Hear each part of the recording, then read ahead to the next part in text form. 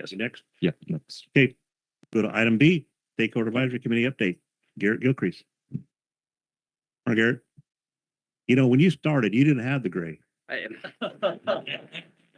Been 6 I months. can tell you. man. I can tell you a funny story. Yeah, Grease it's and formula, nothing. father time is chasing me down. Yeah. You've been looking like Joe for the years. It's funny because it's true. Yeah. Too much hair on top. But give me time. Give me time. It's leaving. The committee's going good. I mean, it's really status quo from what I told you guys about a month or two ago. Things are going well. We've had some bumps in the road. As you see, we're getting into the meat of it. But I think this last policy you have, it took us about a month and a half to kind of get through revisions and things like that. Is it great? No. Is it the best we can do? I think so. I mean, considering the situation we're in. So I'd consider you look at that. Going through the rest of it, it looks like we got a pretty good glide path going into this thing. The one thing that we stress in these things is not going to be perfect the first time around.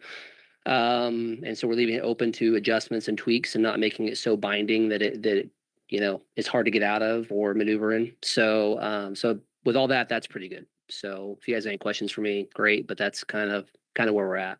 So No, we do appreciate the work you guys have done. I know it's tough. It's gonna be tough today because as a farmer, this is a rain day. This is where you goof off. Fix all your broken stuff. I do appreciate you being here today yeah. because this is Yeah. not how I was raised. So this is goof off time. Believe me, I almost phoned in, but Yeah, no, against my better judgment, I showed it's up. tough because we get caught in a routine and we live our lifestyles, and now we're having to give up our time to protect our rights for others. So I do appreciate it. Yeah, that's the tough part. I mean, half the time you go to these meetings, you want to go straight to the bar afterwards. So it bleeds into the rest of your life too. But all the guys on it are doing well and doing good. So All my friends went to Richard Prime Rib at lunch, and they will need a ride. I can't afford that now with Sigma. I gotta stay in the county now. So all right, guys. Well, thank you. Thanks, sir. Okay, if there's no questions, we'll go on and move on now to item C, study session concerning potential funding paths. Jennifer. Yes, good afternoon. I'm Jennifer Thompson, Deputy General Counsel for the GSA. Next slide, please. So Director Kinney asked me to give the board a presentation on the different methods by which a GSA can charge rates, assessments, fees, basically collect money for the services or the right to pump groundwater. And there are a lot of laws surrounding how a local agency can raise money or charge money. And so that's what this presentation is about. It's just those different laws. So the relevant laws that I'm going to talk about, and hopefully in a easy to understand manner, are Prop 218, Prop 26, and the Water Code. Next slide, please. So starting with Prop 218, this is a proposition that was passed in the 1990s, and it added an amendment to the California Constitution that, among other things, generally requires a local agency to follow a very specific process when adopting rates or fees. Next slide. But before I get too far into Prop 218, the Water Code specifically allows a GSA to charge fees to fund the costs of groundwater management. And it does define groundwater management to include things like administration, operation, maintenance, reserves, the acquisition of land or property, really anything that you need to do or need to acquire in order to operate the GSA. And then the Water Code, though, does say that in order to collect those fees, you do have to comply with Prop 218, which is what I'll talk in more depth about now. And just as a matter of note, the groundwater extraction fees do fall within this category of groundwater management and so are subject to Prop 218. Next slide. So more specifically, and you may have seen Prop 218 utilized for on your other boards for things like utility rates, so water, sewer, those types of rates, if you've approved those. Before you can impose any sort of a groundwater extraction fee, you do have to hold what we call a majority protest hearing. And that starts with all of the parcels that will be extracting groundwater being identified. And then the amount for each, the fee amount for each of those parcels is calculated. And then after that calculation, and that's generally done by a consultant, someone who's an expert in that area, after that fee is calculated, the GSA is required to provide written notice to each of the property owners. And that notice needs to identify their parcel. It needs to tell them the amount of that fee, how it was calculated, why it's being imposed, and then also state the date and time and place of a public hearing that will be held to actually adopt the fees. Next slide. That public hearing must be held no less than 45 days after those notices are mailed. So that gives everyone who received the notice an opportunity to read it, understand it, and then prepare if they so choose to show up at the hearing. At or before that public hearing, the property owner who's going to be responsible for paying the fee that's being considered is allowed to submit a written protest in opposition to the fee. So it's not a vote of an affirmative vote, but rather if you are against the fee, you can protest it. And that can occur anytime in that 45-day period or at the public hearing. Each parcel is allowed one protest to be filed again by the property owner, and that can be weighted by the amount of the proposed assessment to be imposed upon the parcel. So it just kind of depends a little bit on how the fee that you choose to impose is calculated. So the fee then at the public hearing will either be, if there is a majority protest, meaning 50% plus one of the property owners protests, then you are not allowed to impose the fee. If less than that protest, then you can at the public hearing vote to impose that fee. Next slide. So that's Prop 218, and that's relates particularly to property-related fees. So fees imposed upon people as a benefit of owning property. So Prop 26 is a little bit different, and it relates to things like levies, charges, and exactions. Oh, next slide, please. That are imposed. So the general rule is that if a local agency imposes a fee or a charge on residents, it's a tax, and taxes are required to be approved by the voters unless it falls within one of 7 exceptions. So there's 7 exceptions listed in the law that if it falls within one of those categories, it does not have to go to the voters for approval. And so 2 of those exceptions are likely applicable to groundwater related fees. Those are fees that are for a specific benefit conferred or privilege granted, or a specific government service or product. So likely groundwater fees, different types of groundwater fees for the management of the groundwater basin relate to some particular benefit conferred on the property owner or some service that they're receiving from the GSA. So that means that a person who is paying a fee that's given a specific benefit of privilege is basically it's exempt from the tax requirement where it would be required to go to the voters. So what you're saying is someone's already paying a pumping fee is exempt? No, the fee is exempt from being approved by the voters if it's a fee that's paid by a person who's receiving a particular benefit. Does that make sense? Not really. So a good example would be something that we're all familiar with is like a parks and recreation fee. So like we have our own wells in Hickey Park, and we're providing a service for the community. Therefore, we're exempt from paying a fee on it. But we're a government property anyway. We wouldn't pay the fee. So if you're saying a private, yeah. Well, what I'm making. Does this exist in Kings County? Not yet. That's why we're here, I think. I mean, it does in other ways, but not with the GSA. And really what I'm trying to distinguish the difference between a tax and a fee, where if it's not for a particular benefit, then it has to go to the voters of the entire county to vote on it. If it doesn't, then it doesn't. Hopefully that makes sense. If I could mention one item here. So it's not an exemption from paying the fee. It's an exemption from having to do an election for the tax process and allowing the board to establish the fee without an election process. That goes to the board. That goes to the public. The fee will be paid by whoever uses the water. Yeah. And not by the county, by the GSA district. By pumpers within the GSA. Right, not the entire county. I think correct. 100% county. Right. Yes, you're correct. Right. By the GSA. Yeah. So just for clarification, so the parcel fee, you'd have to do a 218 for. But when you get into the allocation fees, you probably could avoid that through this process, correct? Potentially, yep. Next slide. So some of the requirements of Prop 218 related to the fee itself are that the fee can't exceed the reasonable cost of the governmental activity. So it really needs to bear some reasonable relationship. The amount of the fee needs to have some relationship to the service being provided or the benefit being gained by the person paying the fee.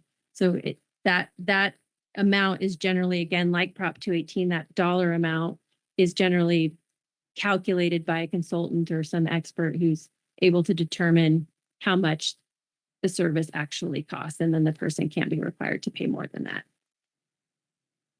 And that burden to prove that reasonableness and the proportionality of the fee is on the GSA. So if there were some sort of a challenge or dispute, it would be the GSA's burden to prove that it was a reasonable fee. Next slide.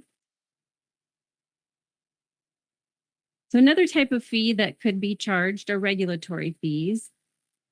And these are, again, fees charged by any public agency, including a GSA, for operating some regulatory program. And SGMA establishes a regulatory program.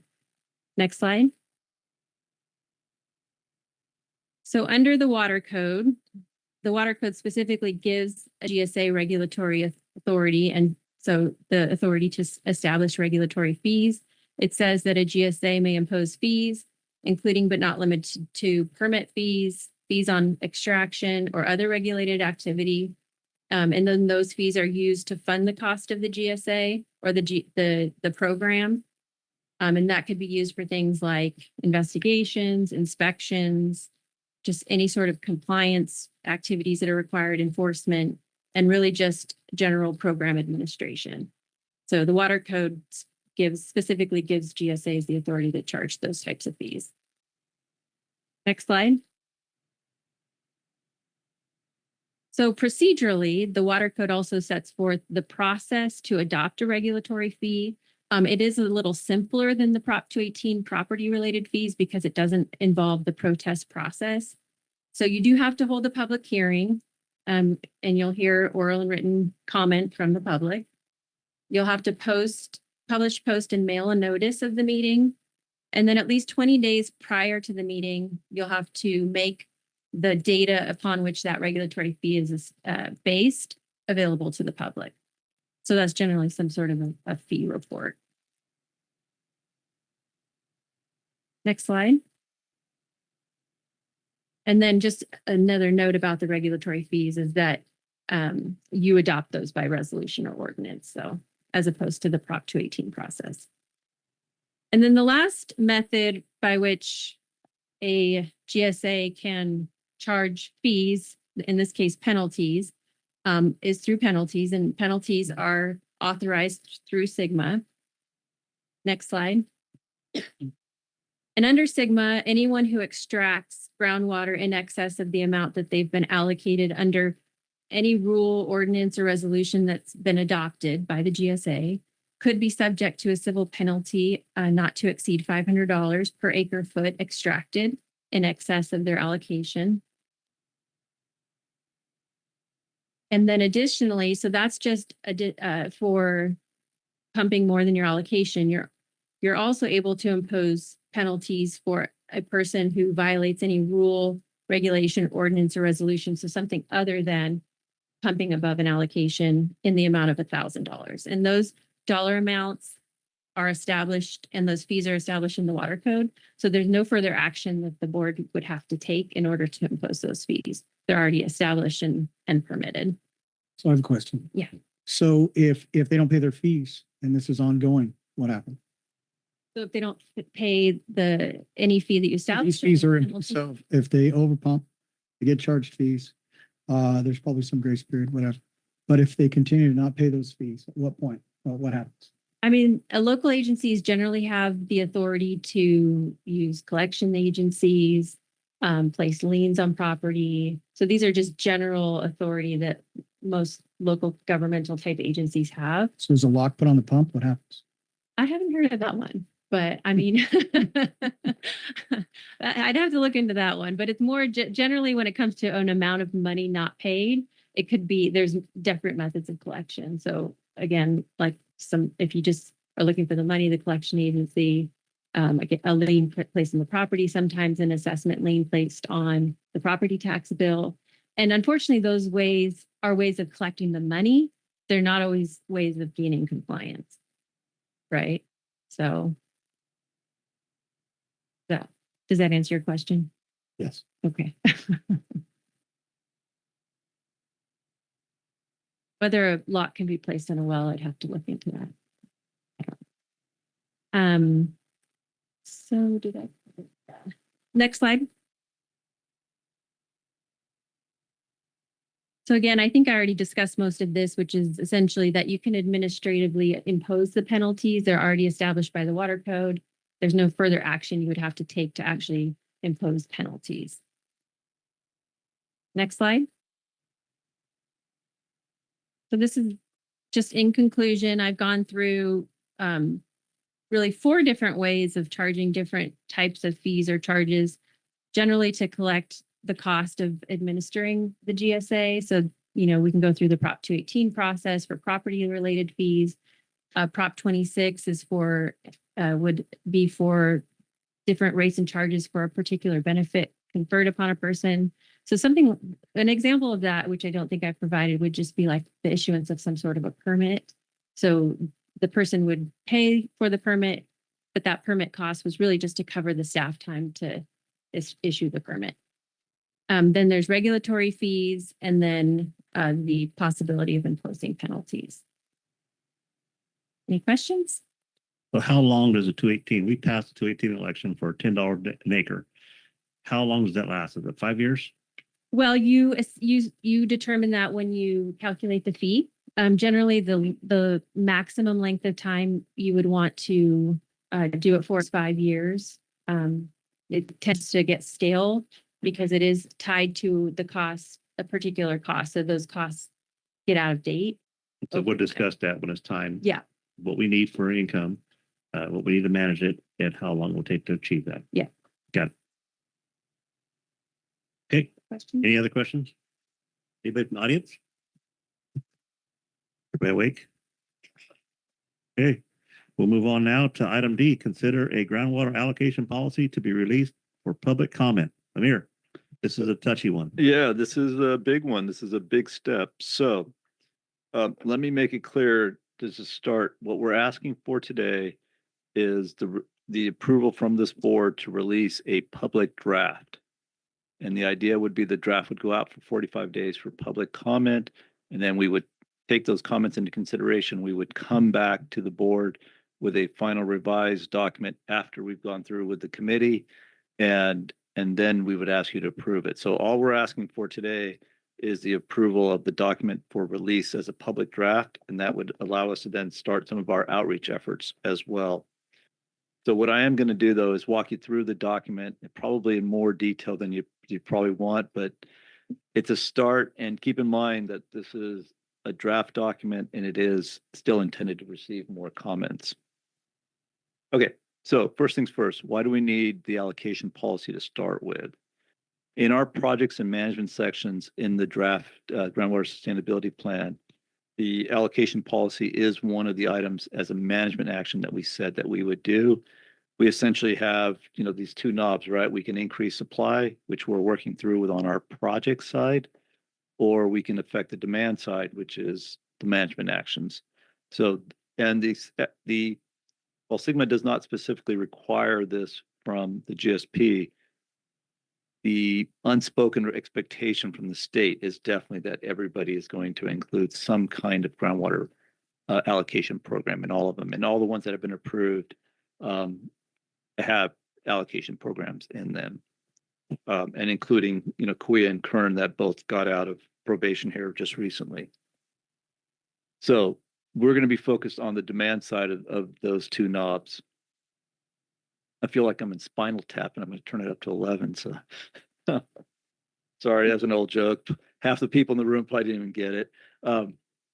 All right, next Rock slide. band Spinal Tap? I beg your The pardon? Rock band Spinal Yeah, Tap? yeah. Okay, I get it now.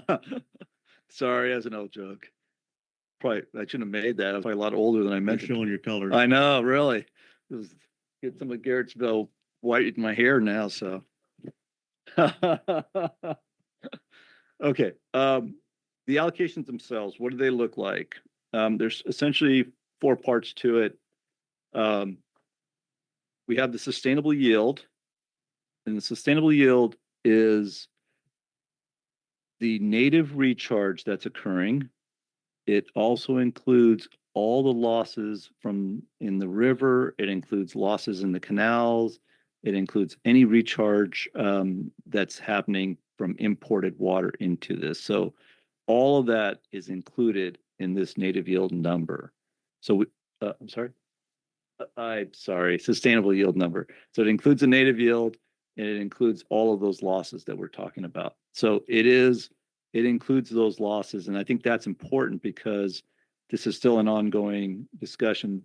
Some of the other neighboring surrounding basins have taken that and made those 2 very separate numbers.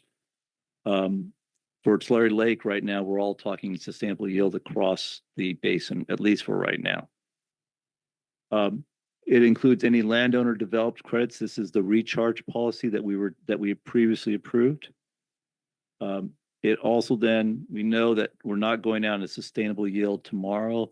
So we have until 2040 to hit sustainability. So it includes that transitional values that we're going to allow people to overpump until we can get down to it. The idea is that transitional numbers will continue to drop as we go by, and we're going to show you some numbers here between now and 2040 as well. And then it includes a look, as Jennifer said, if you go over and you have overdraft pumping, then there are some penalties in the document in the proposed plan as well. Okay. The sustainable yield, our plan is to allow you to trade it. So as long as you're in the mid Kings River GSA, you can trade with someone else who's also in the mid Kings River GSA. And that is also true for the landowner developed credits. All of these come with some limits. They come with some rules as well. Next slide, please. So the sustainable yield. Parcels that are 5 acres or larger, you can combine parcels as long as the same landowner. To achieve that 5 acres, those will be assigned a sustainable yield. If they're smaller than that, then they'll get the de minimis 2 acre-feet per acre annually. You must register your parcels. That is one of the big requirements in the document. You have to register your parcels with the GSA, and as part of that, register your wells that are on those parcels. We did exclude City of Hanford and other public water systems. I didn't finish that thought. They will receive the allocation based on their historical use. So we've looked at some of these historical uses for these entities, and we're basically going to give them that number. And those numbers are less than if they got the sustainable yield.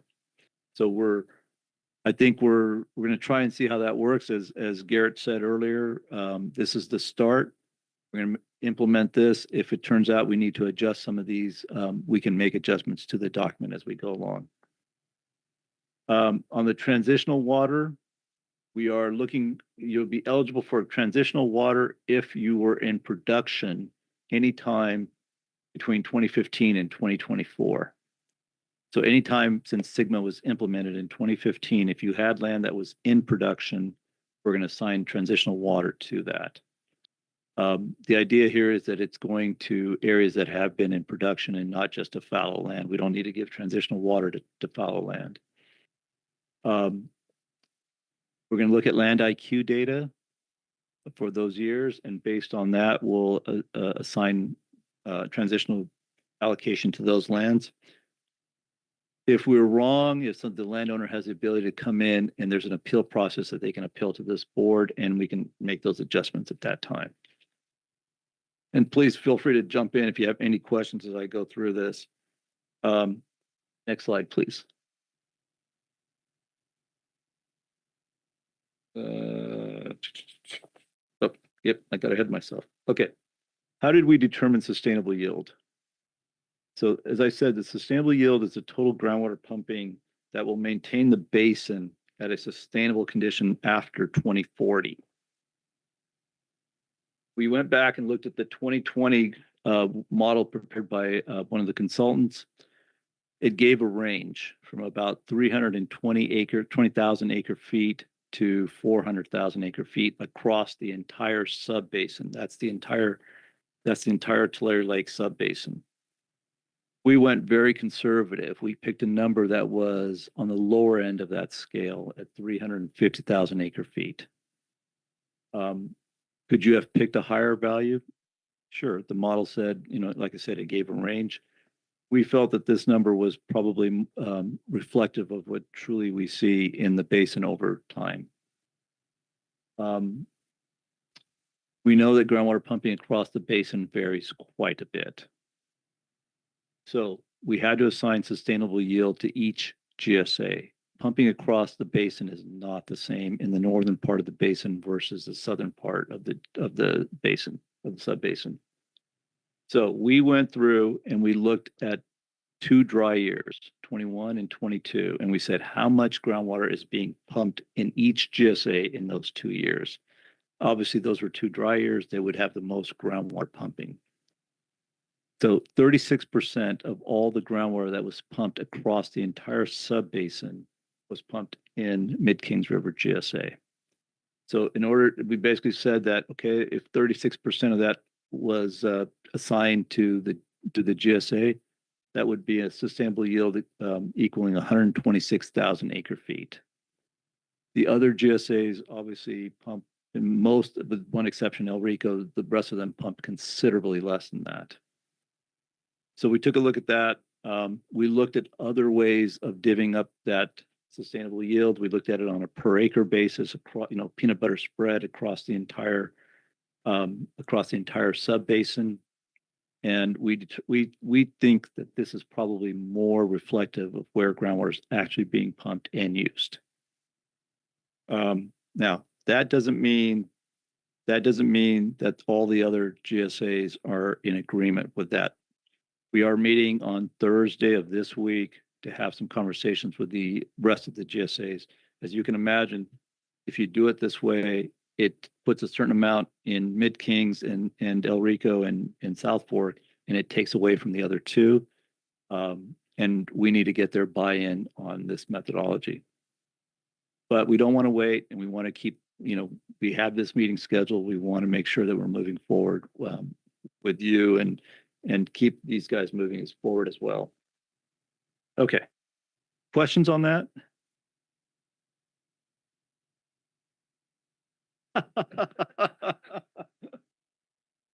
Rico thinks they pump less than us? No, they don't. They don't think they pump less than us. I said the other 4 or other 3 pump less than us. They pump more. Yeah, they definitely pump more than everyone else. I know if you compare it to South Fork this year, Lemoore Canal ran like 3 months longer than anybody else. So yes, they should be sitting pretty good. At least the people that have Lemoore Canal water. So yes. Okay, maybe I misheard you. Yeah. Yeah, no, they pump the most in the sub basin. Okay. Next slide, please. Okay. One of the things we did not do is assign the sustainable yield per aquifer. And if you remember, we've talked about an upper A zone, which is the top 100 feet.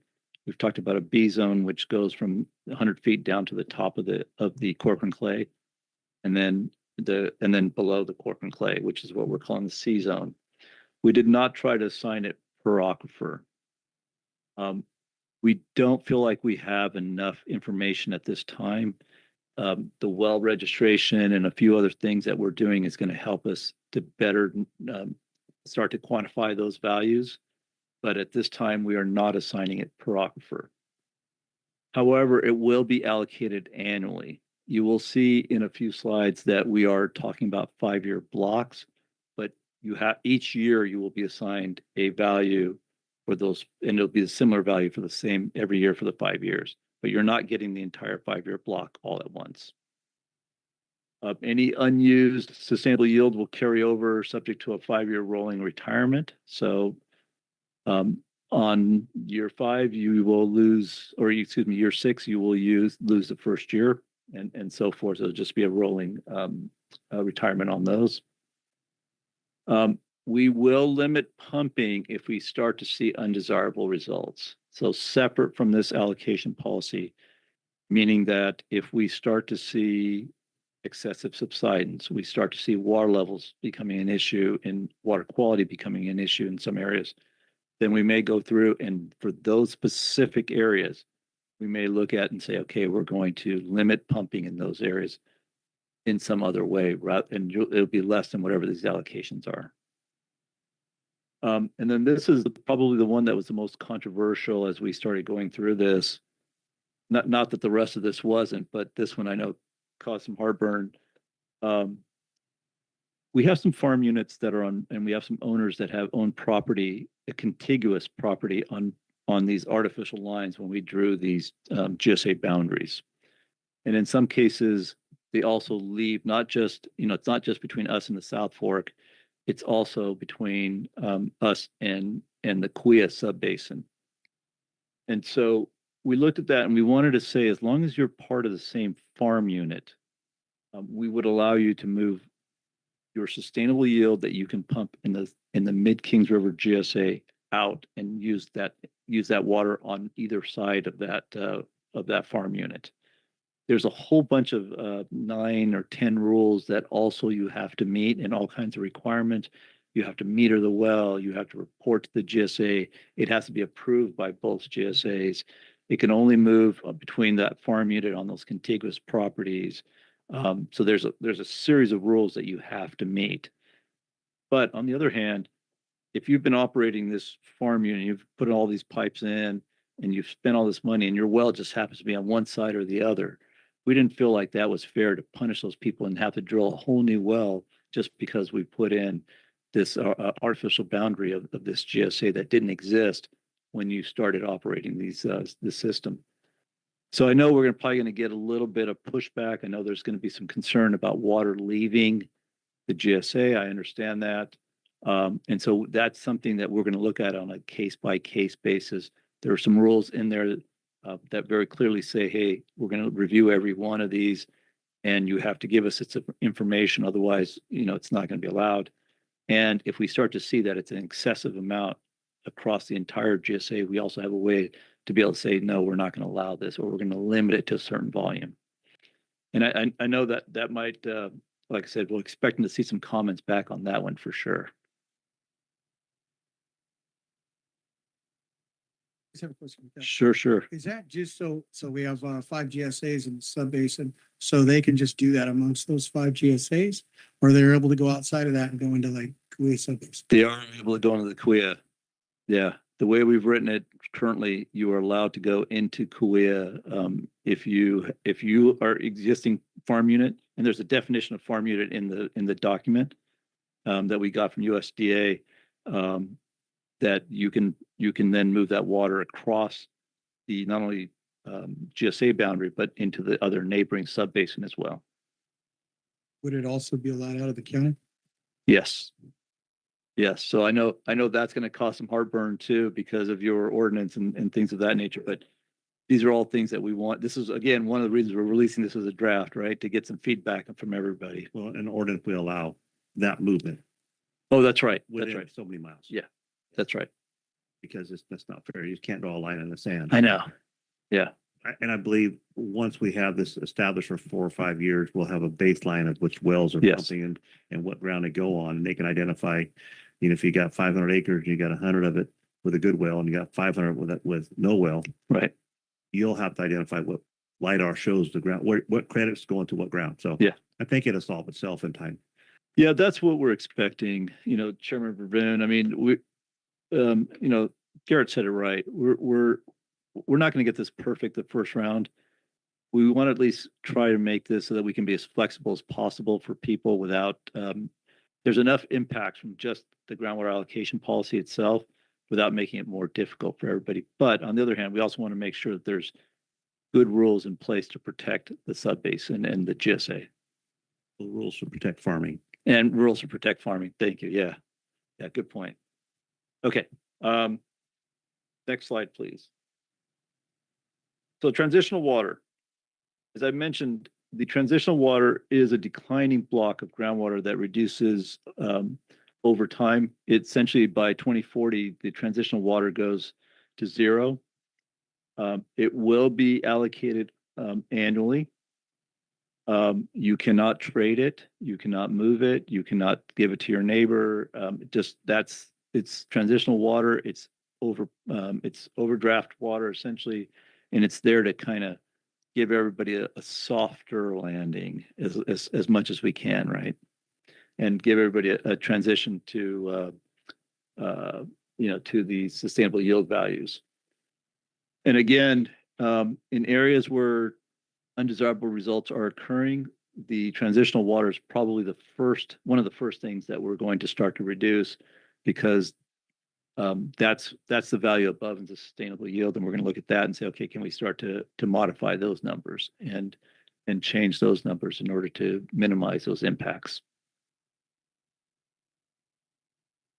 A quiet group today. I'm gonna keep going then until you guys ask more questions.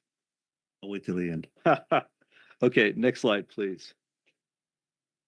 Okay, so as I mentioned, right now what we decided is to move our transition or present our transitional allocations and our groundwater allocations in 5-year blocks. Our sustainable yield is 1.43 acre feet per acre. Our transitional values start at 1 and then reduce down to 0.3, and then by water year 2041, they're gone. And you're left with only the sustainable yield at that time. So the idea is that for the first, from water year 26 to water year 30, you are receiving the sustainable yield at 1.43 and then 1 acre foot per acre of transitional allocation. You can trade the 1.43, you cannot trade the transitional allocation. And it is assigned every year. You don't get that entire 5-year block all at one time. Can you carry it over if you don't use it? You can carry over sustainable yield. You can carry over to 1.43, but you can't carry over transitional. That's right. And how do you identify it? So you're allowed 1.43. Yes. But you're given 2.43. You're given each bucket. There will be in your accounting program that we're preparing, that I mentioned earlier, that we're going to take out the RFP for. It will show how you're using each one of those buckets, and it will track it on a monthly basis. And I'm sorry, go ahead. You're going to ask me. Okay. So the idea, and we've seen this work in other GSAs, essentially everybody will be able to get online and be able to see how much water they're using. The order of water that you're using, remember I talked about recharge credits and all that. That's in a different slide, and I'll show you what that order is, but we do allow people to modify that order if they choose.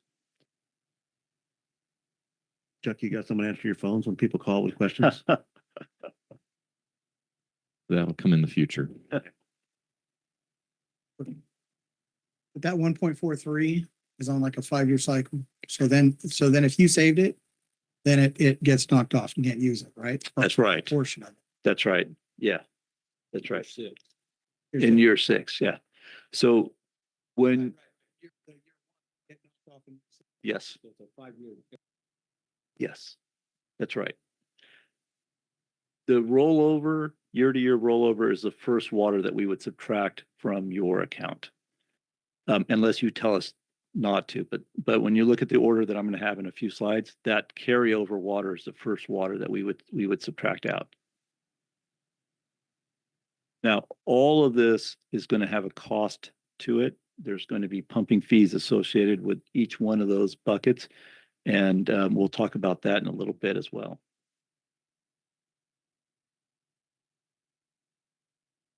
Now I know why Garrett has gray hair. This was a very, very difficult conversation. We all recognize what we're essentially assigning to our farmers and the agricultural community.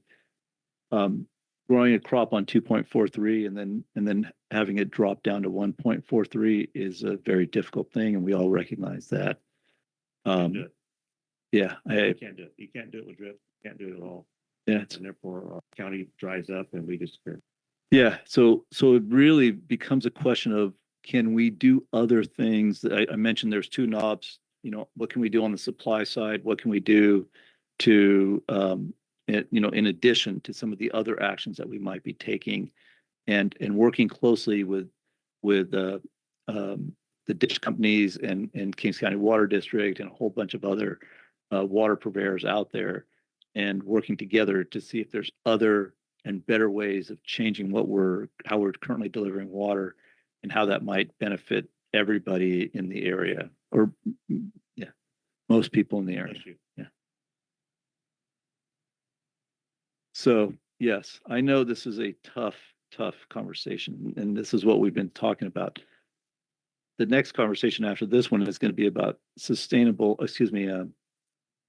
subsidence management plan, and that's going to be another very difficult discussion when you start to look at where we're at and how much subsidence we've had and how much we've got left before we start to hit some of those trigger values. I'm getting used to making a lot of presentations with a lot of unhappy people looking at me. I'll get sick of my stomach with this slide, so go to the next one. Okay. All right. Next slide, please. Okay. One of the things we also talked about was 2.43 was our maximum that you could pump the first 5 years.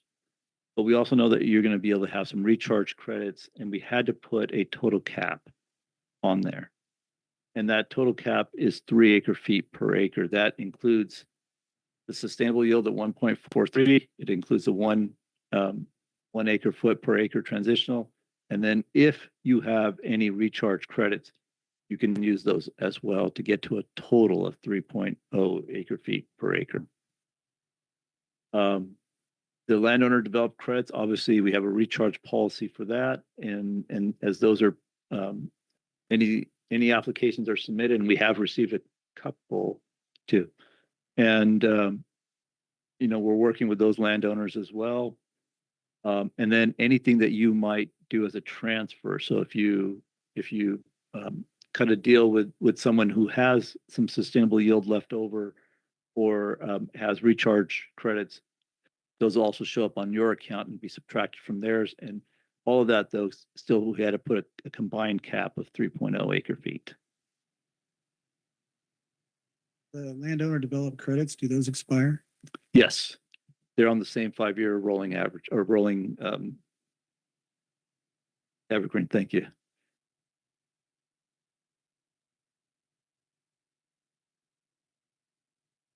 Okay, next slide, please. I'm going to keep going, otherwise Peg's going to keep sighing at me.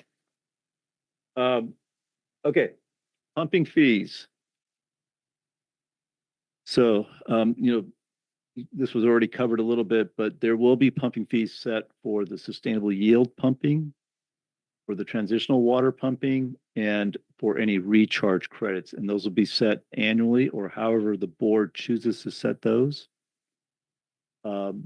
And then we can, that will happen after we start getting the budgets and everything else put together. Then every year we'll come to you and establish those values at this board level. Again, on the penalty side, if you exceed your allocation, then we have the civil penalty of $500 an acre foot, as we talked about earlier. In addition to that, we will reduce your next year's allocation by the same amount that you overpumped that year. So if you overpump by half a foot, we're going to reduce the next year's allocation by half a foot, and you will be in the penalty that much quicker. So there are some incentives. I don't know if the incentives is the right word. There's some sticks to try and keep people within the pumping allocation, and there's reasons to stay within that.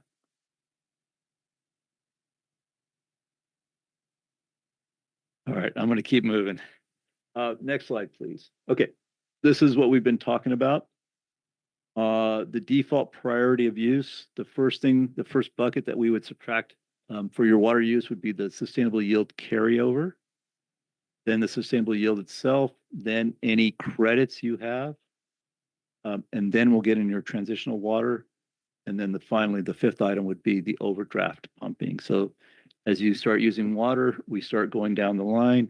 If you come to us once a year, we will allow you to change that for whatever reason. If somebody feels that they want that changed, then we can make a new default for that particular landowner. And that would stay their default until they change it again. But we're only going to allow you to do it once a year. Otherwise, it'll be an accounting nightmare for us. And but we do want to give the landowners as much flexibility as we can. This is probably a normal for most people. This would work fine, I think.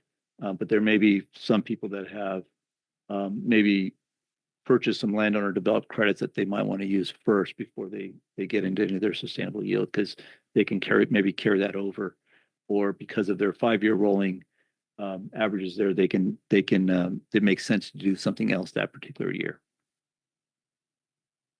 Okay. Next slide, please. Okay, so as I mentioned at the beginning, we want to take this out to public comment.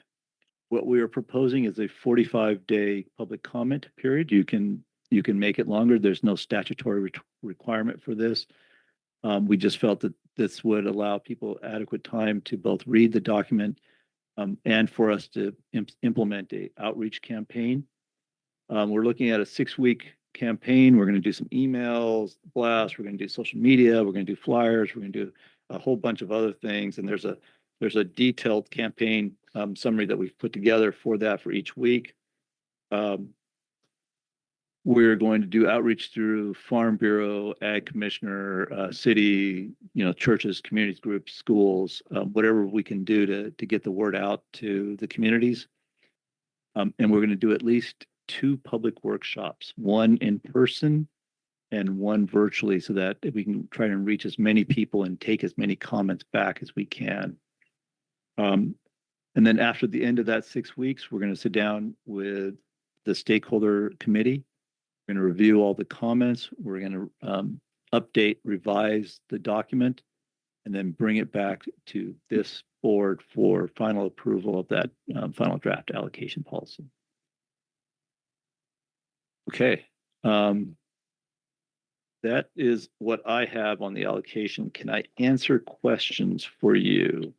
So today, Yes. we're just receiving where we're going. So you bring it back to us to vote on to go to public with this, or are you going to go public with this starting today? And then we'll have 45 days once it's released. What's the next step? So we were looking for your board to give direction if you're today to allow us to go out for public comment and begin the public comment period process. And then we would come back at the conclusion of that with any revisions that are necessary. 45 days starts today. Tomorrow. We start tomorrow. Yeah.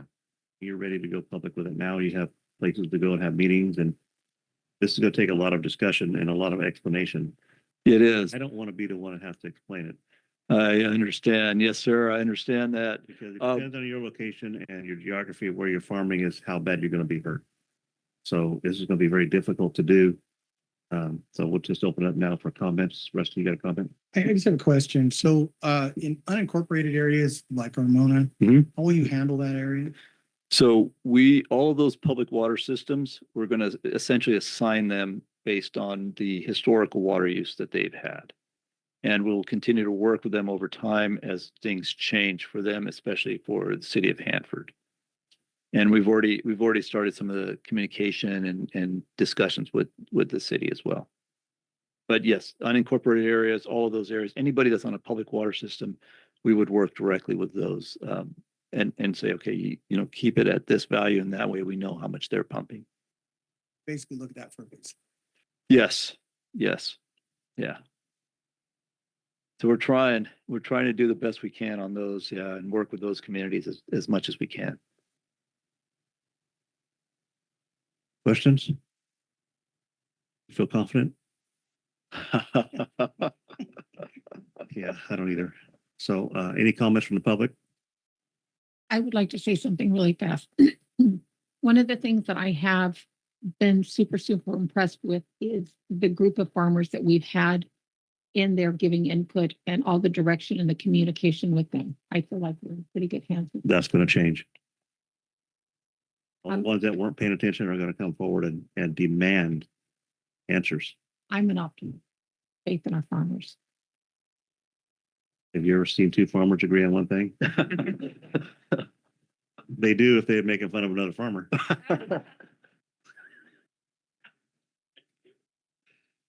All right, so look for board direction. What's your choice? You guys want to bring this forward and have it start tomorrow? Public comment? Anybody public? Anybody online? Yeah. My friends that are not here will be the ones complaining the loudest. So, And the only thing, Mr. Chair, 45 days from now puts us right in the middle of the holiday season. nice. So I'm kind of wondering if maybe that shouldn't be extended to a 15th of January, 20-day. 90. What, today is the 15th, so 45 days would put us at December 1st. There is no minimum Right. maximum for this. We could go into the middle of January if you would. How long can prefer. you handle it? I mean, it's going to be asked and answered. We can only ask the same question so many times and answer it with one answer. Mhm. Is it worth taking it past December 1st? We felt that the 45 days was a good option, but if your board would rather it be longer, we can do longer. This is, we need to Go pull up, get a hand. It's me.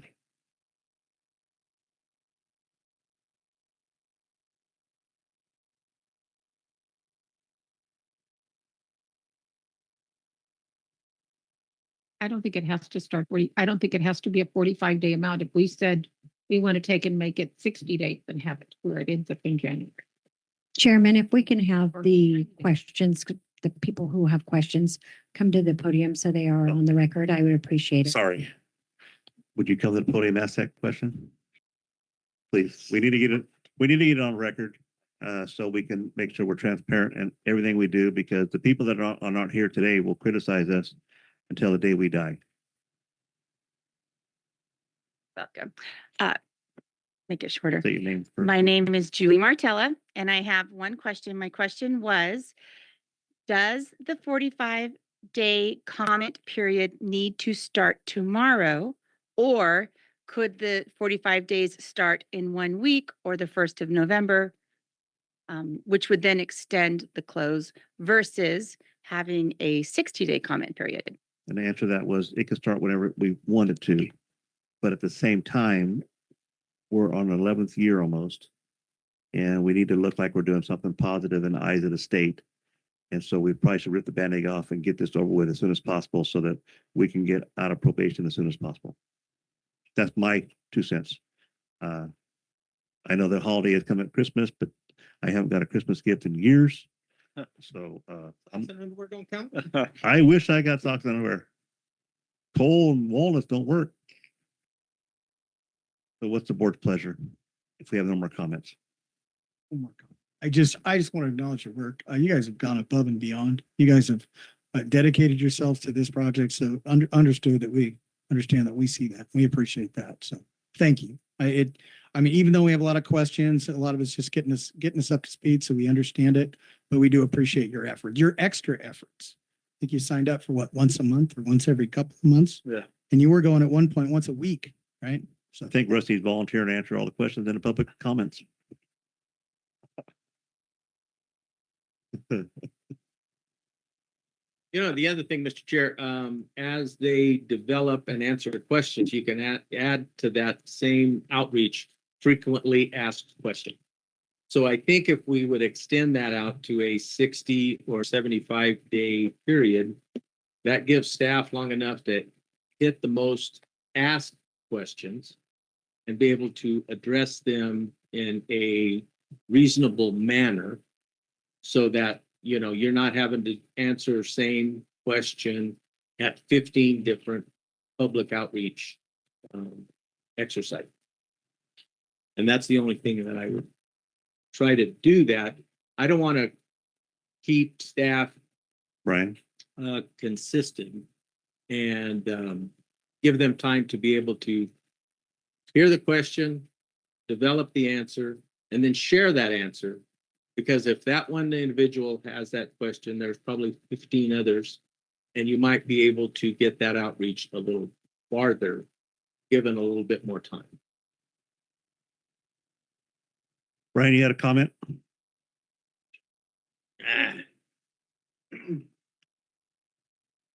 Brian Medeiros on the stakeholder committee. The only thing I would say, and Supervisor Neves, I agree with you. More time is better, but at the same time, we have a lot of farmers who still don't know what they're going to plant this year, right? And this thing is one of the biggest decisions we're looking at. So we need to get this done a little sooner rather than later.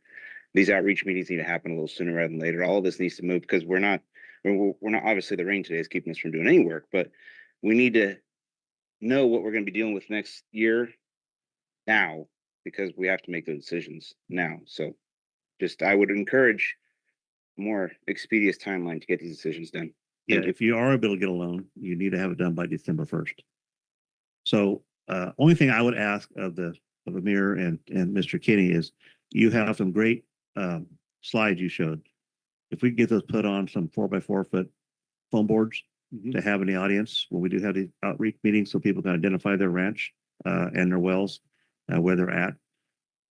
I just soon get this over with as soon as possible. I'm prepared to do I only have a few acres, so I'm prepared to do it at the same time. And I need to start planning my future, just like those that have no surface water have to plan their future too, or build relationship with people that do have them. So I think if we extend it out, the rumor mill will take over and we'll lose control. Once it goes to the public perception where they decide on their own in a crowd of people, we will have no control at all. And then they'll hate us when we do make a decision because we didn't listen to them when they're talking to somebody else. So this channel it down to expedient time, focus it, do our outreach best we can. If we don't feel we have enough public outreach by December 1st, make sure we have a meeting 14 days, 15 days prior to discuss that at that time. But I think it's important. I mean, I don't want to do this at all. I just think this is difficult. And I'm in a good spot. I just feel bad for my friends that are not in a good spot. And I feel bad for the county because all the revenue that runs this place comes from farming and ag. And, we watch our leadership destroy and give our money they've saved up away to people that don't contribute to our society.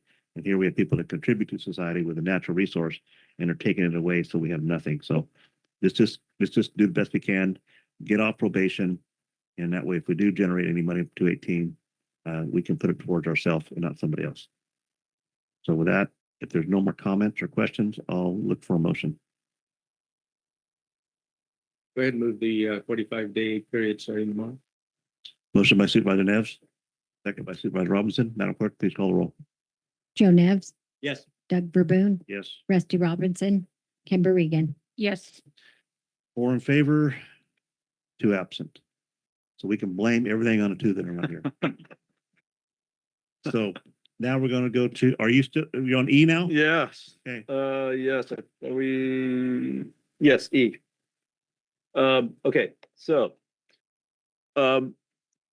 in the last meeting, we said we would do a short study session on land subsidence. And the reason for this, of course, is that probably in the next meeting or 2, we're going to be talking about that subsidence management plan.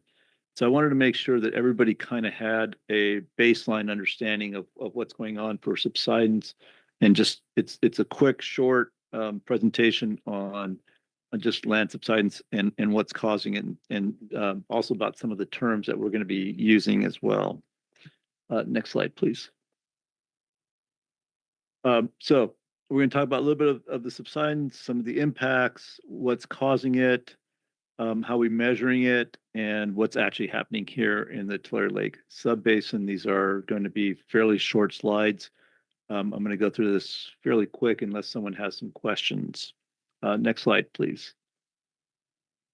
Okay, so there are 2 types of subsidence. A lot of this was laid out in these in the DWR land subsidence best management practices documents, the drafted document that was out here for public comment in the last few months. There's the elastic subsidence, and you can see some of that is reversible. You can see some of that. You'll see sometimes land actually come back up and has increased in elevation. And then there's the inelastic, and that's what we're truly worried about, is that's the subsidence that occurs and is essentially going in one direction. And once it occurs, that's not coming back. So our focus is really going to be on preventing that inelastic subsidence, and what we're doing about that. Next slide, please. So this shows essentially subsidence here in the valley between, I think it's 1949 and 2005. And you can see in some areas that we have well over 15 feet, and in some cases up to almost 20 feet in portions of the valley here. I know it's very hard to see from where you're sitting probably, but I do have the outline of the Sawyer Lake sub-basin on there, and right where you see that purple in the middle of the map is roughly where we're at. So we are in an area obviously that has some of the highest subsidence, not just us, but it continues into the Kauai and Tule as well. But certainly that's a cause for concern out here in the this portion of the valley. All right, next slide, please. So subsidence impacts. You get changes in the gradients for your canals, your ditches. We are currently starting to see some of those problems in some of our north-south canals here in the Mid-Kings River GSA. And we're going to be working with some of the ditch companies on those issues, but it is an area where we are starting to see some concerns here in our GSA. There's damage to groundwater wells. There's well, we don't really have so much ground ruptures, but we do tend to have damage to infrastructure, and that's what the state is concerned about. One of their biggest points to us has been continuously saying to us that we are not aware of all the changes and fixes that people are doing to some of these canal systems and roads and other things. And they're convinced absolutely that some of this damage is happening to the infrastructure. So as part of our plan is to reach out to some of these infrastructure owners and talk directly to them to make sure that we can document the fact that what is happening and what is not happening. So we're not trying to prove a negative to the state as in the groundwater sustainability plan as well. But having said all that, there are at least one ditch company that is experiencing some significant problems that we do need to deal with in a certain area within their canal system. Next slide, please. You saying we have a problem with the canal company in our GSA? Yeah. The canal company has a problem, but we are in discussions with them to try and figure out what's going on there. Okay, what's causing the subsidence? Essentially, the bottom line is there's a number of ways subsidence can occur. DWR and the United States Geologic Surveys and others are essentially saying that the groundwater extraction is the primary cause for subsidence in this area. Next slide, please. Okay, so this is some slides I took directly out of the DWR document. Essentially, what it is that you've got these solid particles, soil particles. As water then is extracted, those particles then start to you get rid of that pressure that's holding up all of the soil and everything else above it. And as that pressure starts to decrease, you start to have groundwater subsidence. I'm oversimplifying this quite a bit, but that's essentially what it's saying, is that as you have, the soil is essentially your solid particles, and that the water in between that, and as you check the water out, you start to have the soil particles start to compact together, and then you end up with subsidence. It's a very simplistic way of looking at it, but it is the reality of what's happening. And I mean, there's a whole bunch of discussion here about stress and strain and a bunch of other technical issues, but that's the bottom line. Next slide, please. Okay, how do we measure it? We do go out and do some surveying. Kings River Conservation District does that for us. We don't have any extensometers in this area in the Tulare Lake subbasin, but we are attempting to work with some of our neighbors and reach out to the federal government with our representatives and try to see if there may be some money made available to help us install that. One of the things that the Kauai subbasin saw was that the subsidence that was occurring, a portion of that was actually occurring in the layers below the Corcoran clay. So as you get into some of the Santa Margaritas and some of the other zones below that, the Corcoran clay, that it wasn't all just in the Corcoran clay. And so, and in other areas, some of the clays above that act in the same way. So even if it's not the Corcoran, some of the other clay zones act very similar to the Corcoran and have also seen some subsidence, especially as you get far to the east side along the Bryant Kern Canal. So having those would be very helpful, but they're very, very expensive. You're looking at, somewhere between $1 to $2 million to install one of these. And we are not asking our farmers to pay for that. There are some continuous GPS measurement points. We have a couple of those in our subbasin. And then the satellite, the INSAR satellites that also come back. And a lot of the data that I've shown you so far on those maps where it's been color coded have been from the INSAR data. Next slide, please. Okay, so we kind of talked about this a little bit. There's 41 bench stations and 2 GPS locations, and then everything else, the colors that you see there are very much from INSAR. And what you're looking at in this particular map is 2015 to 2024. And you can see where the Mid-Kings River GSA is there on the northern part of this of the map, and where all of our benchmark stations are across there, and obviously the red is the higher subsidence that we're seeing.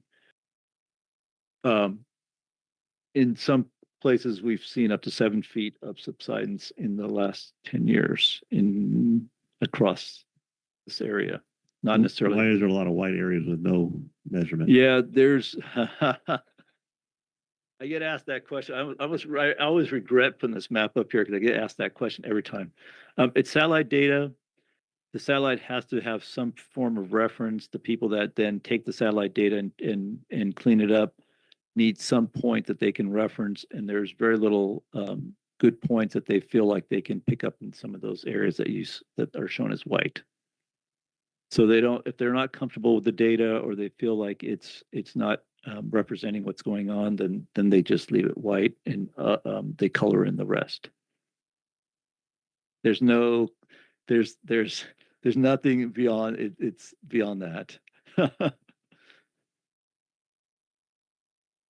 blue areas with very little subsidence, or growth, or much groundwater pumping, right? Much groundwater, period. No, the groundwater comes from orange area, goes to the blue area, from what I can see right here.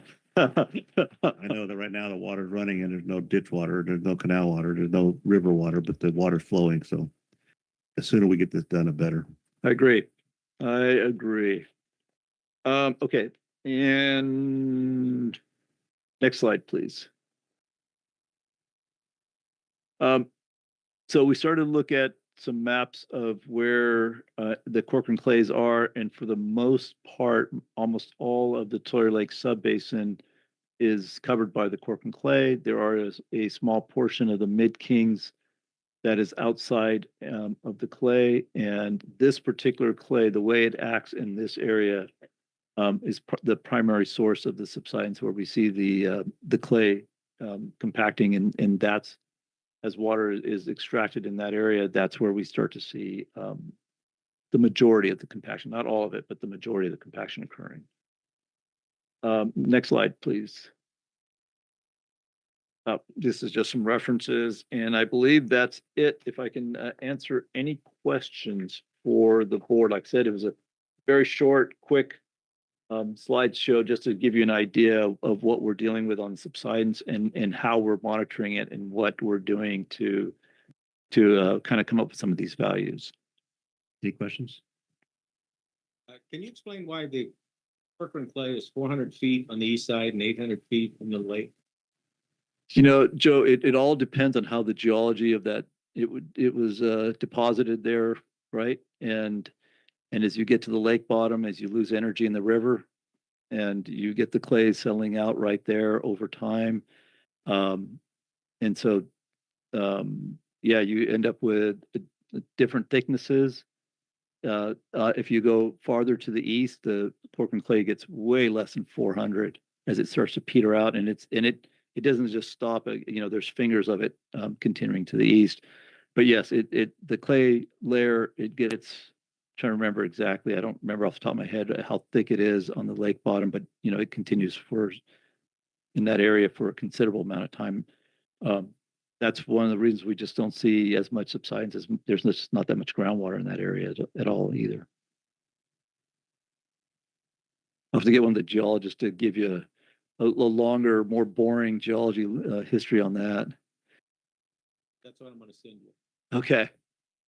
We're looking for someone to blame. Yeah. So only thing I would ask is that we have these workshops, public hearings, if you do have a slide, just make sure it's clear. We can identify where our ranch is at. Okay. Okay. All right. Anything else I can answer for this group? Any questions from the audience? Come on, Johnny. Anybody online? No hands raised. Okay, we'll go on to the next item, which is discussion concerning existing dry domestic wells. Kenny. Good morning, Mr. Chair, members of the board.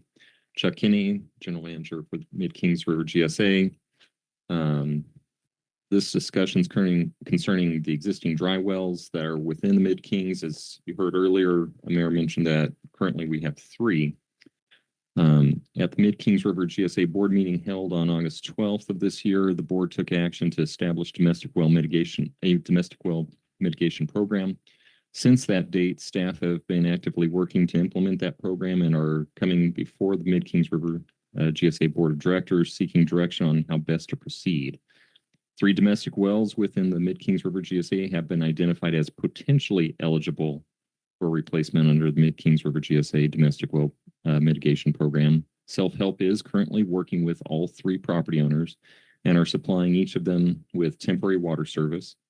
Staff is looking for direction from the board of directors as to whether staff should continue to proceed with the review and potential replacement of these 3 dry domestic wells as outlined pursuant to the Mid-Kings River GSA domestic well mitigation program, or wait until a funding mechanism is established by the Mid-Kings River GSA. Based upon the most current information available, the cost to replace all 3 wells should be less than $180,000. If your board provides direction to move forward today, then staff will work with Self-Help and the property owners to get additional information to determine if the 3 wells fit within the requirements of the Mid-Kings River GSA domestic well mitigation program. And if they do, then we will bring specific quotes back for exact dollar amounts or costs to be approved by your board to replace those wells.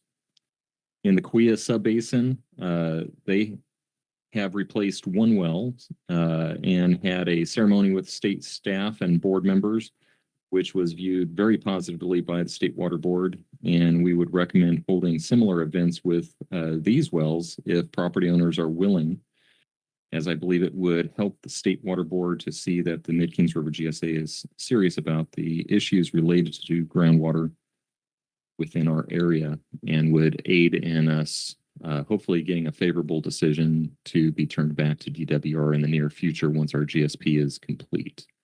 That concludes my report, unless there are any questions. So you're asking for us today to give you direction to go forward with this. That's correct. Not saying we're paying for the wells, but to start the process to see if we should pay for them. Correct. And there is already a policy in place or some kind of manual to follow, such as what they use in Greater Kuya.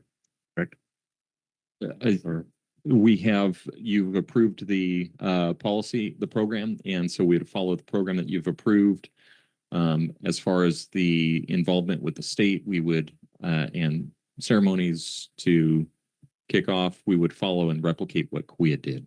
I know I had a well that I thought was pretty good. I had it pulled and I scrubbed it, and the operator got the brush down to the bottom, hooked it, collapsed the well, got to cut the cable off.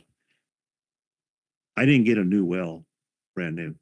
My well was evaluated and it had a lifespan I had used up, so I got a portion of that. I don't think that we should pay 100% for a well drilled in 1942 at 150 feet because it has been past its prime. There's probably something we should be responsible for, but not 100%. And I'm sure that is our policy, something like that. Our policy currently doesn't read that way. But that could be amended in the future. I don't want people to think that, oh, these guys are going to buy me a new well, and they bought the house 10 years ago. The well got a good, in 2023, it had 80 feet of water in it, but now we have 3 years of dry years, and now it's dry at 150 feet, but it only goes 148. So therefore, we owe them a new well at 500 feet. We owe them a 150-foot well. They need to pay for the extension. All of the wells that would be drilled through this program would meet so that we are below MTs, so that we do not have this occur again within the GSA. Okay.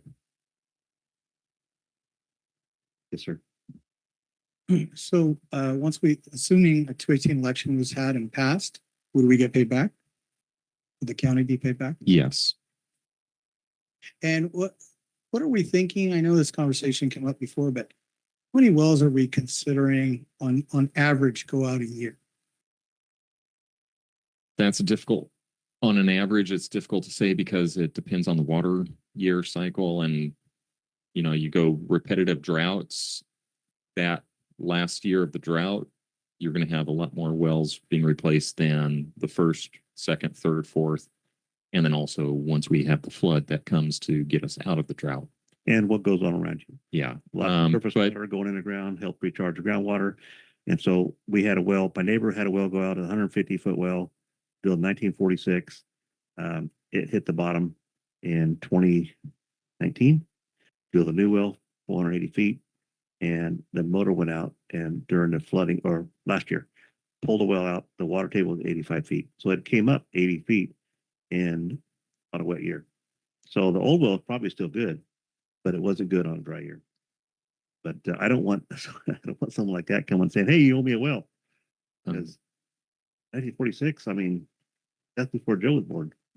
So based upon, and maybe a mayor can speak to this, but he's been looking to determine, what are the potential number of wells that could need replacement. I believe that number theoretically is around 60. Yeah, it's less. It's slightly less than that. But that would be based on the limited information that we have that made up that map. And we do think a lot of the wells that are already on that map either have been re-drilled already over the last, I don't want to put a target on our back to say, we got all this money, we're going to drill a brand new well that has 5 acres or less because someone pumped next to them. There's got to be some guidelines that are put in place. If it's a well-maintained well and the water table just disappeared, fully understand.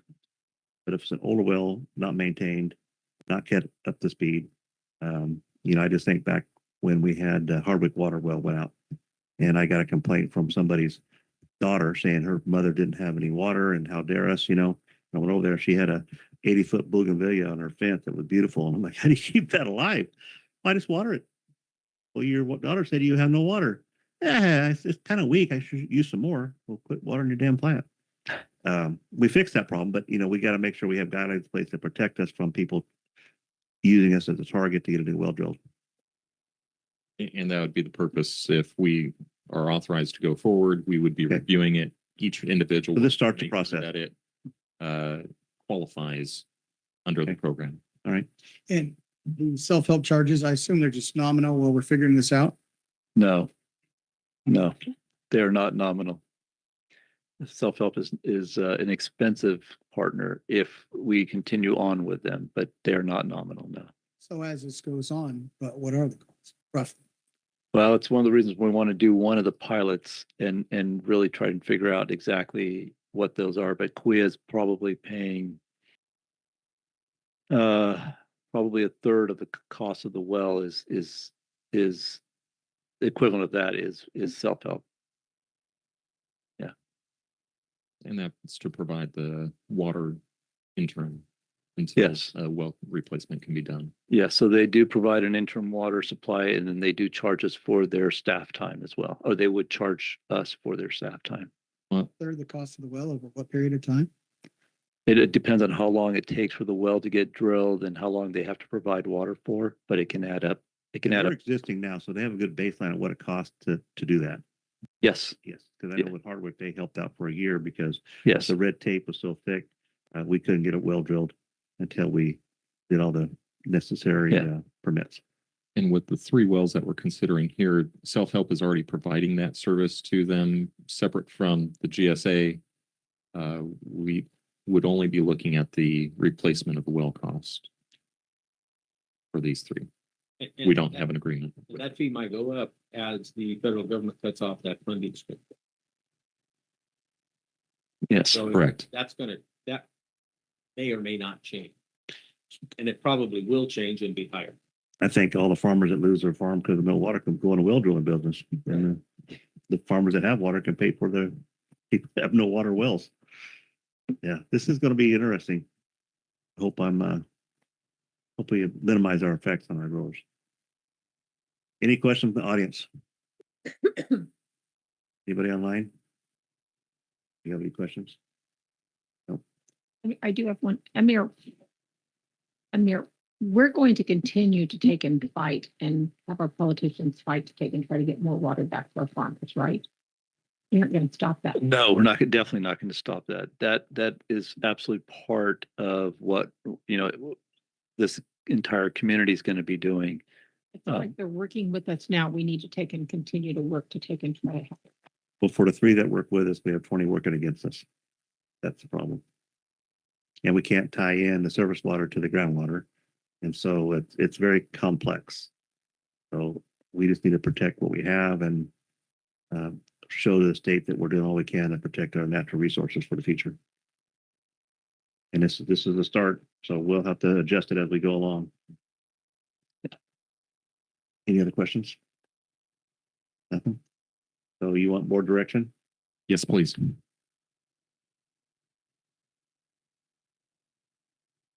I guess we'll do limit it to 3 pilot and do extensive record keeping and limit it to those 3 right now to cost contain our exposure, but then use those 3 as a building of policies. Very good. Second by Supervisor, motion by as stated by Supervisor Neves, second by Supervisor Robinson. Any more discussion? Any discussion from audience? Cover it all? Okay, Madam Clerk, call the roll. Joe Nevs, Yes. Doug Verboon, Yes. Rusty Robinson, Kimber Regan. Yes. Okay, next item is board member announcements and reports. We're good? We're good. Board correspondence. I'm not aware of any. Catherine, are you aware of any correspondence? I am not. Information on future agenda items. Future agenda items to come will be a policy or program revolving around subsidence. Okay, we have no closed session. We will adjourn until November 18th at 1 p.m. Thank you very much.